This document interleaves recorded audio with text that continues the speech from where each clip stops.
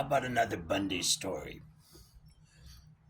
I'm cutting the grass here in Pennsylvania, and sat down to take a sip of water. Of course, you know I don't drink. I drank.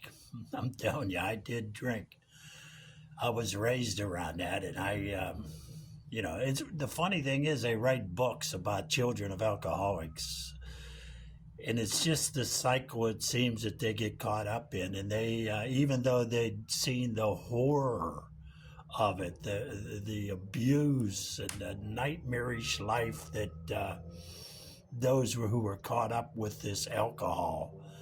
Of course, they got to drink every day a little bit, but on the weekend it's like, it's full blown. Of course, like I said before, he had to find it first because, my mother had to find it. He hid it, but it was a cat and mouse game they played, and I was a spectator like everybody else in my family. But that's the way it goes. You know what I mean? So, these people that are children of alcoholics, these siblings, you would think that they've seen this, how terrible it was. They would never want to do that. But yet the books and the professionals say, no, they repeat it too. It's the conditioning that they were raised in. It's something how it's not like a chalkboard that they're being taught how to do this stuff, but it's just the example that's around them every day, every day, every day from birth. And even though they disliked it and they have a lot of complaints, the professionals say they seem to repeat it. Ain't that crazy? But that's the truth, and that's the way it goes. But children of alcoholics, if you ever want to grab a book and read one, it's fantastic how that cycle works. And only Jesus can bring you out of that cycle. Hate to tell you that. You can't get out of that cycle. It's stronger than you could even imagine. But Jesus can break that cycle and deliver you from that. But the story I'm going to tell is that one day I got up. I bet I was around 12, 13 years old. And my dad said, hey, listen, get your coat. The car broke down. We had this old Corvair, this old Chevy Corvair, and I believe it was a 1960 Corvair. And it broke down about 10 miles away from where we lived, and it was very cold. It was in the winter. So I got my coat, and I started walking. My dad said, get your coat. He put his coat on, and we started walking to where the car was. I had no idea where it was, but I was going with him. It was Sunday morning, and here we go.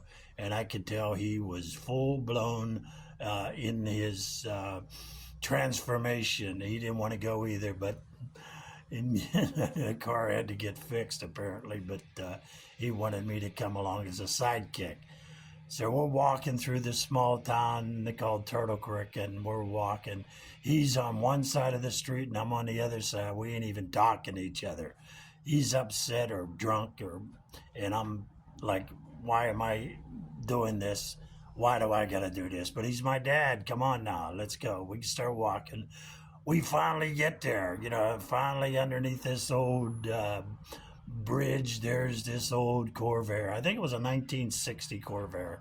Had a lot of problems. Chevy had a lot of problems with the Corvair. And every time he went through town, I could tell he was in town because it burned oil, and it was like a big haze of smoke in the town. He had a lot of problems with that. The floor fell out, and he put a new floor in. He put a wooden floor in. I could do 5 videos on that Corvair. I just don't have the time. You probably wouldn't believe me anyways, but all these stories are true.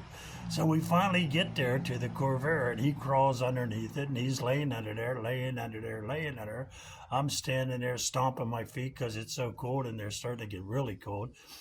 And I can hear him snoring. He's asleep under there.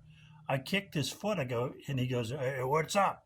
I goes, what's going on? You getting it fixed? He goes, I can't get it, man. I can't fix it. I'm not going to be able to do it. I said, so what? We got to walk back? He goes, yeah. So we start walking back, and I'm walking way ahead of him now, and I get way around the bend, and this guy in a Corvette, I remember it was such a beautiful Corvette, I stuck out my thumb, and he stopped.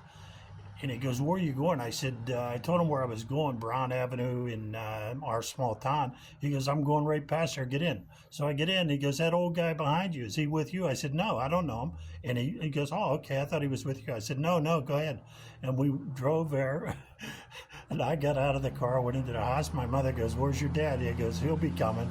Like an hour later, here he comes, And he never knew that I got a ride and he didn't get a ride. But God love him. I love him. I love the guy, but man, the stories, and I got a lot more.